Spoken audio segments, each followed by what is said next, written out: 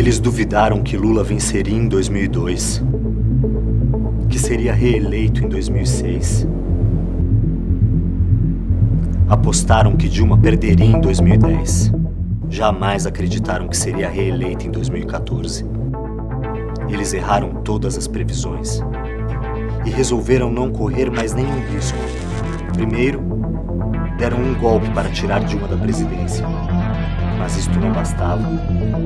Era preciso impedir que Lula fosse novamente presidente.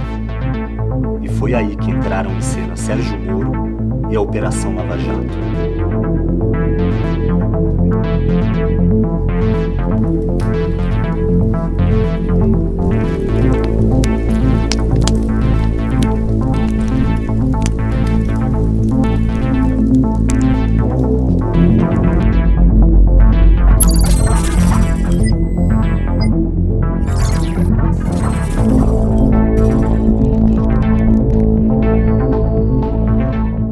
Num julgamento padrão, um lado investiga e, se existir um crime, acusa.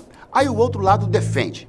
E o juiz julga, mas contra Lula, a acusação e o juiz trabalharam juntos para inventar um crime e condenar o inocente. Como não havia provas, foi necessário contar com a cumplicidade de setores do sistema judiciário e da mídia e construir uma farsa que tivesse a aparência de legalidade. Fizeram então uma devassa na vida de Lula, com a abertura de uma série de investigações. Lula já foi inocentado em 7 delas e condenado em apenas 2 processos, o do sítio de Atibaia e o do triplex do Guarujá, ambos conduzidos por Moro e Dallagnol em Curitiba. Procurador da República Deltan Dallagnol, coordenador da Força-Tarefa da Operação Lava Jato. Denúncia do Lula sendo protocolada em breve, denúncia do Cabral será protocolada amanhã. Juiz Federal Sérgio Moro. Um bom dia, afinal. É verdade que a família de Lula cogitou comprar um apartamento no Guarujá construído pela OAS. É verdade também que a Odebrecht reformou o sítio de um amigo da família em Atibaia antes mesmo que Lula conhecesse o local. Mas havia crime nisso? Havia ilegalidade, desvio de dinheiro público ou alguma ação errada de Lula? Nenhum crime, nenhuma ilegalidade. Mas Moro e a Lava Jato usaram esses fatos para montar uma falsa conexão do ex-presidente com um esquema criminoso nos contratos da Petrobras. Em conluio, juiz e promotores combinaram seus passos, numa conspiração que foi permanentemente denunciada pela defesa de Lula. Mais tarde, a série de reportagens Vaza Jato revelaria trocas de mensagens explosivas entre Moro e os procuradores. A defesa do ex-presidente conseguiu no Supremo Tribunal Federal autorização para acessar essas conversas criminosas. Diálogos que provam a farsa das condenações de Lula e as conexões por baixo dos panos com agentes dos Estados Unidos. Ou nós estamos diante de uma obra ficcional fantástica que merece o Nobel de Literatura?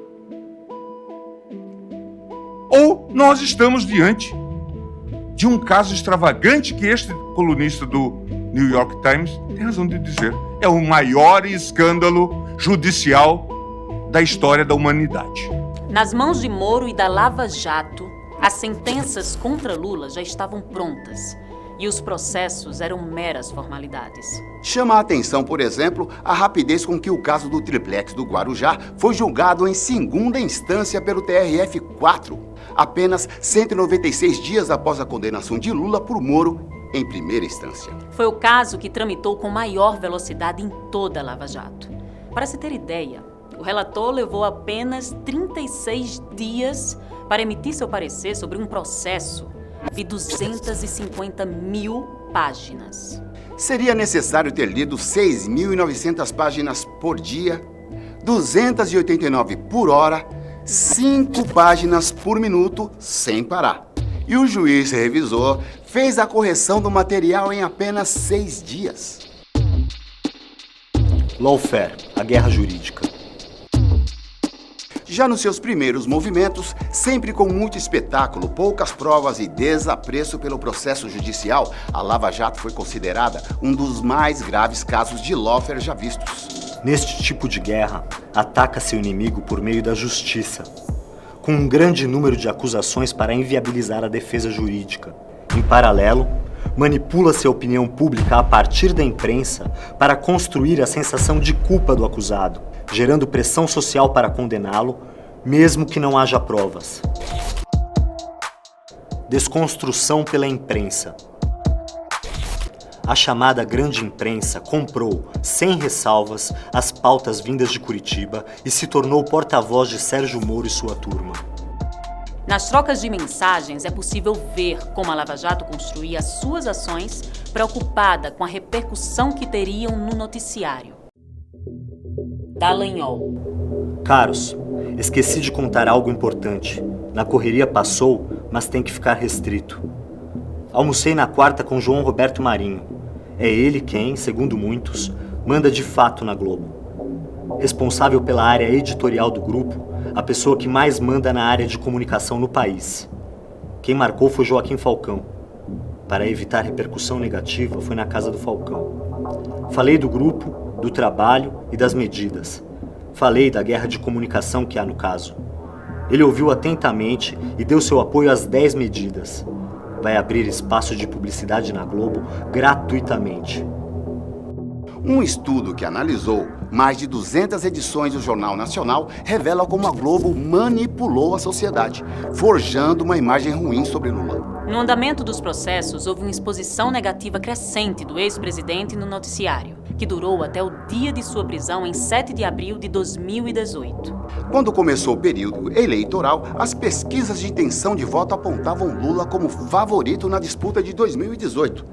A Globo então voltou a falar do ex-presidente, mas, claro, de forma desfavorável. O cálculo midiático feito pelos procuradores da Lava Jato se revela em diversas mensagens. Dallagnol. Diogo, vamos segurar a denúncia do cartel para soltar na sexta ou próxima semana, por questão de espaço na imprensa, ok? Vamos deixar tudo pronto e largamos assim que o noticiário estiver mais afável. Diogo Castor. Ok. Acusações sem provas. Em uma das ações, Lula é acusado de receber da OAS um triplex no Guarujá. Na acusação, o apartamento teria sido uma compensação por vantagens que a construtora teria recebido durante os 2 mandatos do ex-presidente. A verdade é que não há nenhuma prova que sustente essa tese. Lula jamais teve as chaves do apartamento, jamais dormiu ou passou um dia no imóvel, e não há escritura ou qualquer tipo de contrato que aponte Lula como dono do lugar. E depois, com a transferência do empreendimento à OAS, acabou se transformando no triplex 164A. Posso lhe mostrar o documento? Em 2004, assinado por quem? Não, esse não está assinado. Está assinado por quem? Não está assinado. Então, se não está assinado, doutor. A outra condenação de Lula é referente à reforma de um sítio em Atibaia, interior de São Paulo. Segundo a Lava Jato, o ex-presidente teria recebido a obra em troca de favores à Odebrecht durante seus governos. O sítio pertencia à família de Jacob Bittar, amigo de longa data de Lula, que por isso mesmo frequentava sim o lugar, mas como convidado. Os Bittar foram autorizados pela justiça a vender a propriedade, obviamente porque não era de Lula. Esses 2 processos guardam muitas coincidências. A sentença do caso do sítio, assinada pela juíza Gabriela Hardt, tem trechos inteiros copiados e colados da sentença do caso do triplex, firmada por Moro. Uma prova inconteste de que as decisões já estavam prontas e que não importava o que fosse dito ou apresentado pela defesa de Lula. Perícia feita pelo Instituto Delpicchia e incluída no processo, diz que a sentença do sítio foi superposta à do triplex. As evidências são as múltiplas coincidências no uso de formas gramaticais incomuns, além do fato de que a juíza chegou a tratar José Aldemário e Léo Pinheiro como 2 pessoas diferentes, quando Léo é o apelido de José Aldemário. O mais grave foi que Gabriela Hardt escreveu no final da sentença que, da multa aplicada a Lula, deverão ser descontados os valores confiscados relativamente ao apartamento. Não, você não entendeu mal. A juíza usa o termo apartamento na sentença sobre o sítio. Ao substituir Moro à frente dos processos da Lava Jato de Curitiba, Hardt manteve a mesma relação clandestina com o Ministério Público que vinha sendo praticada pelo ex-juiz. Dallagnol. Gente, importante. 1. Gabriela não sabe o que é prioridade. Há 500 processos com despacho pendentes e não sabe o que olhar. Combinei de criarmos uma planilha Google e colocarmos o que é prioridade para a gente. Quem quiser que suas decisões saiam logo, favor criar e indicar os autos. Prioridade 1, 2 ou 3 e sumário ao lado. E me passar o link para eu passar para ela. Sim, o Ministério Público indicava para a juíza o que ela deveria ou não julgar, com base, é claro, nos interesses da acusação. Mais um jogo combinado, mais um juiz que tem lado. Também por isso, a anulação das condenações feitas por Moro deve incluir as sentenças da juíza Hart. Outro assunto sobre o qual Dallagnol passou a tratar diretamente com a juíza Hart foi a colaboração ilegal dos Estados Unidos com a Lava Jato. Dallagnol. Gabriela não sabe as informações sigilosas. Hoje ela pediu para informarmos em off coisas como a existência de um potencial colaborador nos Estados Unidos, caso Trading, e que o MPF concordaria com o desmembramento do processo. A defesa de Lula e as reportagens da Vaza Jato mostraram que os procuradores receberam ajuda e facilitaram o acesso de agentes do Departamento de Justiça dos Estados Unidos. Tudo sem registro oficial, passando por cima de tratados entre os dois países. Assim, é difícil imaginar uma relação de cooperação melhor na história recente do que a que temos entre o Departamento de Justiça dos Estados Unidos e o Brasil. Dado o relacionamento íntimo entre o Departamento de Justiça e os promotores brasileiros, não dependemos apenas de procedimentos oficiais, como tratados de assistência jurídica mútua. O processo contra a Petrobras em solo norte-americano resultou num acordo para encerrar o caso que custou 4,5 bilhões de reais à estatal brasileira.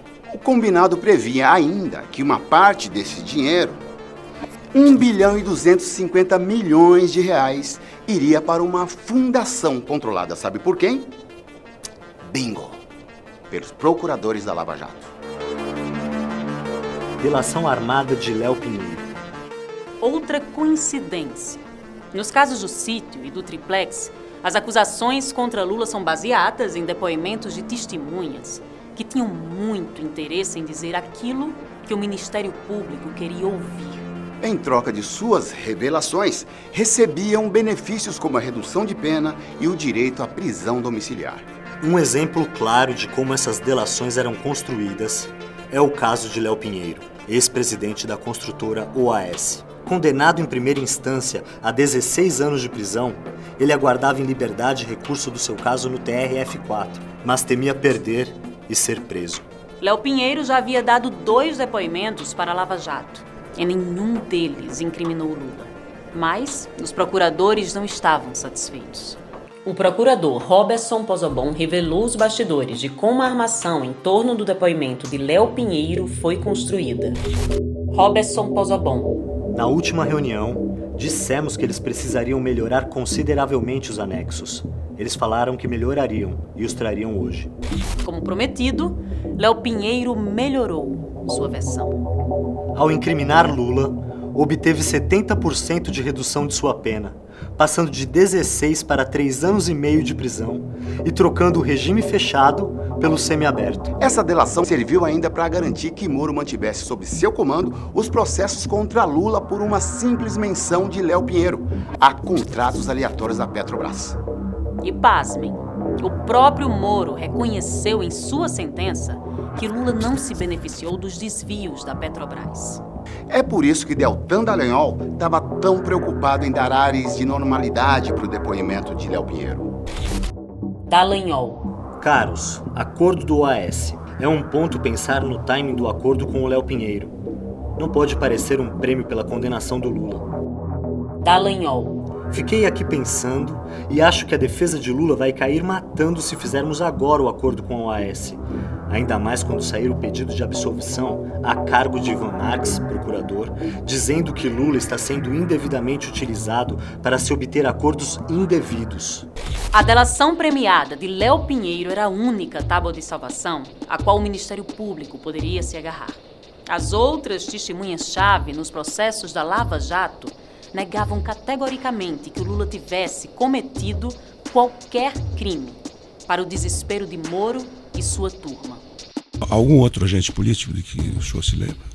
Que o senhor tenha tratado sobre este assunto nesse período? Não, senhor. Portanto, tampouco com o senhor Luiz Inácio Lula da Silva? Jamais, nem eu conheço. O senhor teve por essas fontes alguma informação de que havia pagamento de propina, ou promessa de propina, ou solicitação de propina por parte do então presidente da República, senhor Luiz Inácio Lula da Silva?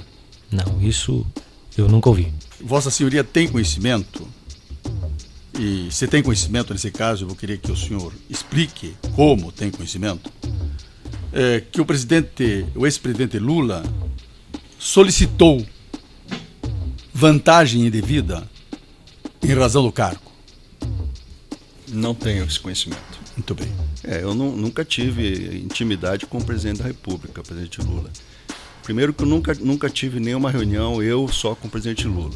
Como falei, sempre tive reuniões com participação dos presidentes da Petrobras ou da diretoria da Petrobras. E eu não tinha intimidade com o presidente Lula. O senhor alguma vez pagou vantagens indevidas ao ex-presidente Lula? Não, senhor.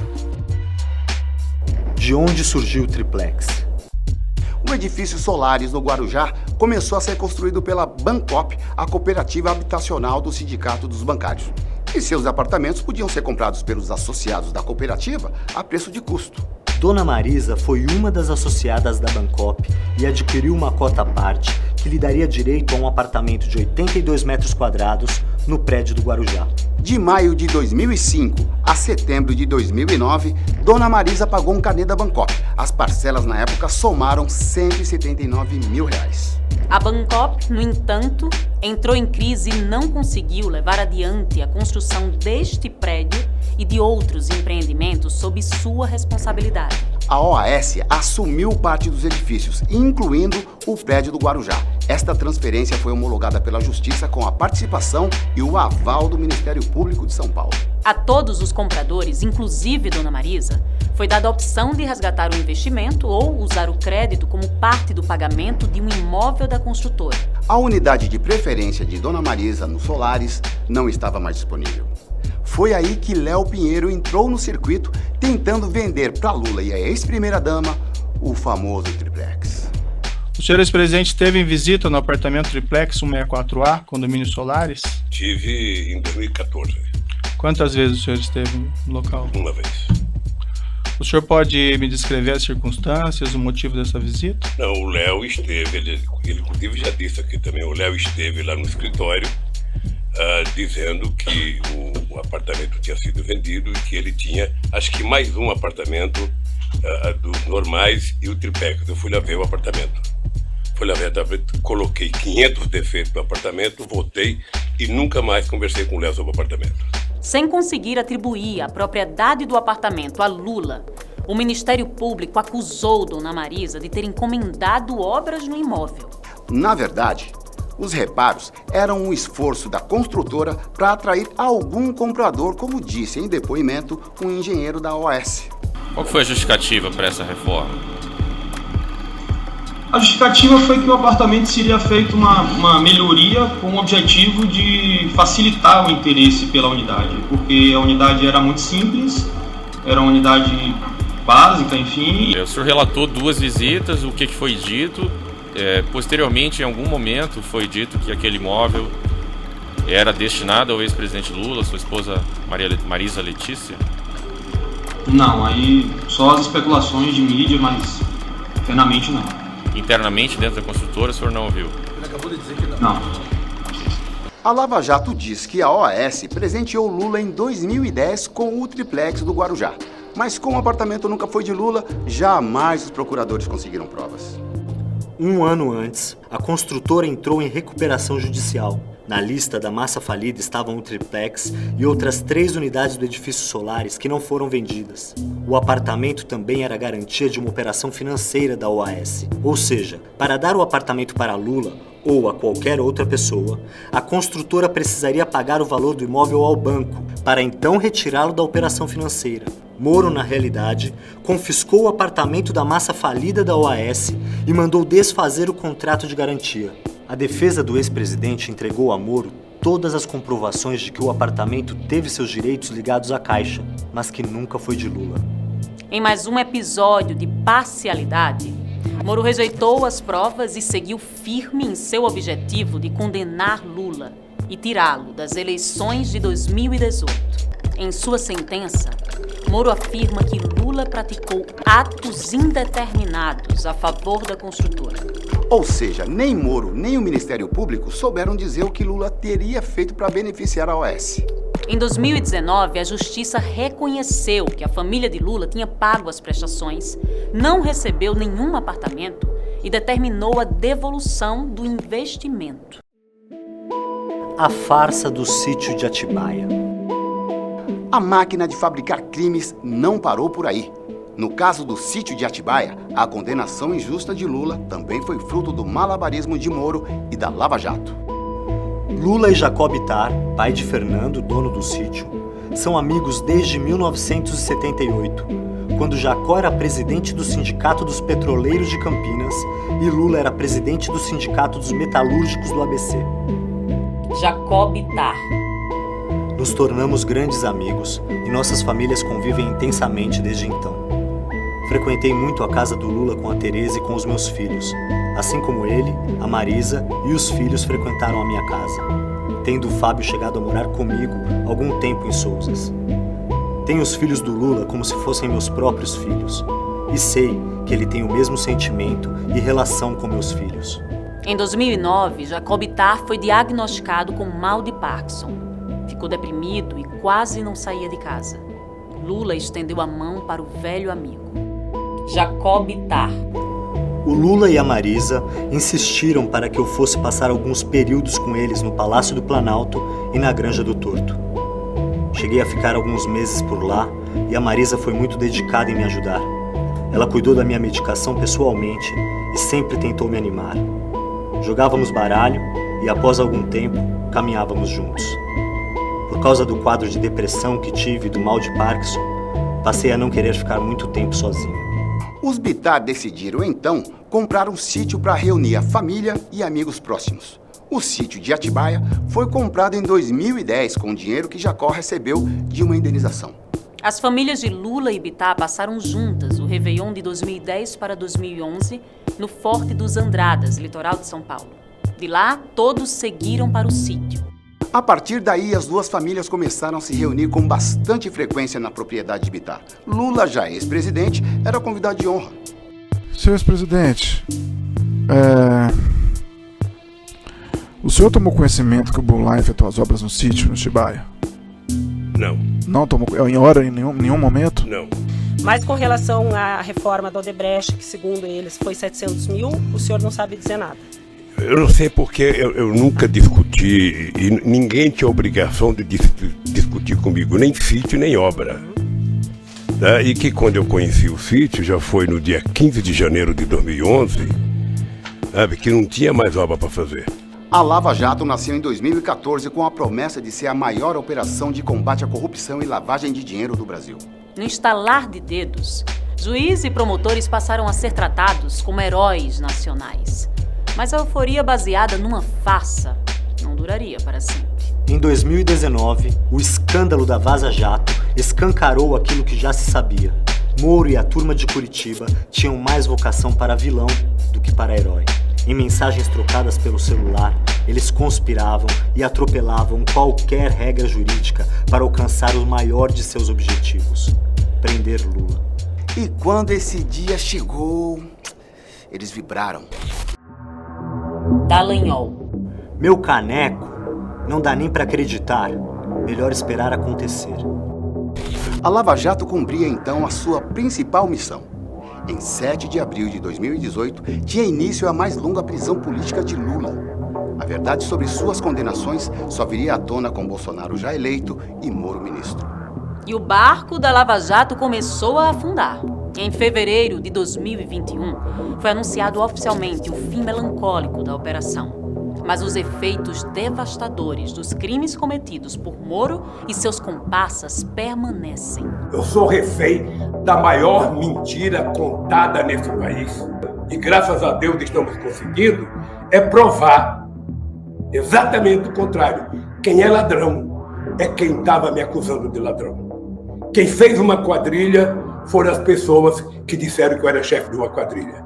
Lula ficou preso 580 dias.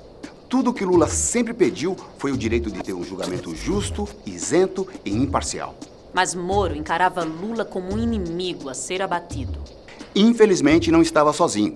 Outros setores do sistema de justiça, incluindo alguns ministros das cortes superiores, foram seus cúmplices. Em 8 de março de 2021, com atraso de 5 anos, o STF anulou os processos contra Lula em Curitiba e reconheceu que Moro não tinha competência para julgar o ex-presidente.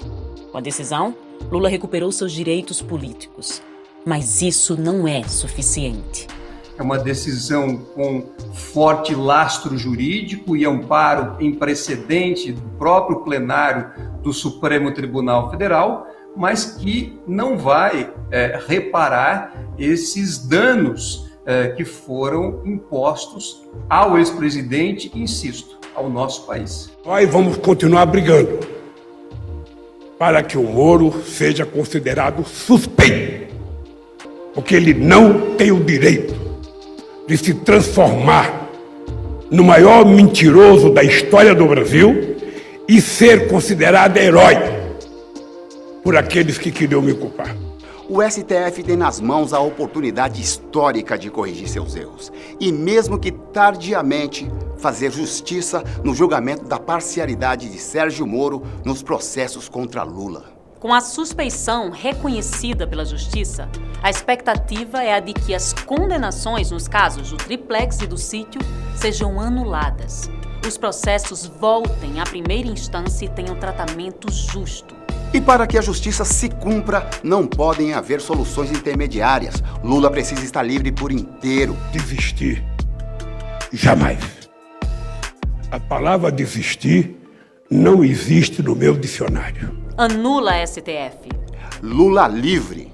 Ninguém vai me impedir de festejar, vendo ele voltar pra gente.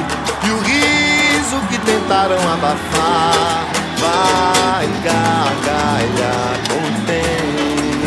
Ninguém vai me impedir de festejar, vendo ele voltar pra gente. E o riso que tentaram abafar